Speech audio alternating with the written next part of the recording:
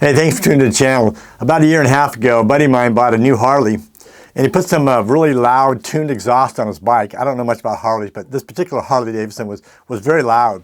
He took his bike and rode it up the California coast, the Oregon coast, all the way to Washington, across to Idaho, Montana, back down over about a 6-7 day trip. A lot of miles. Loved the bike, loved the noise, he said. But he goes, my wife was always saying, hey, listen to me. He knew he lost some hearing. He knew he lost some hearing.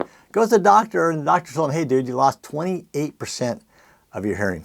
He now got rid of those exhausts, put some quiet exhaust, and now he wears earplugs every day. So let me show you what I do to protect your ears. It's really simple. No matter what kind of bike you ride, what kind of helmet you wear, even if you want to be cool and ride like a half helmet, put some earplugs in. Save your ears. So I take these 3M yellow earplugs, that you squish them up really tight, you put them in your ears, and they expand. Then what I do is I've always, for years, have worn this red skull cap scarf underneath my helmet for a couple of reasons. One, I rode to Tennessee in about 3 days, a lot of miles, and even though my bike was very smooth, the wind, the buffeting of the helmet, just a little vibration was creating a real red spot on my forehead that was becoming an irritant, like I needed a Band-Aid.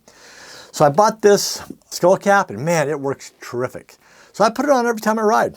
Warm, summer, hot. It helps your sweat from getting into your helmet liner. And when you put your helmet on, at least for me, it keeps my ears tucked into my head.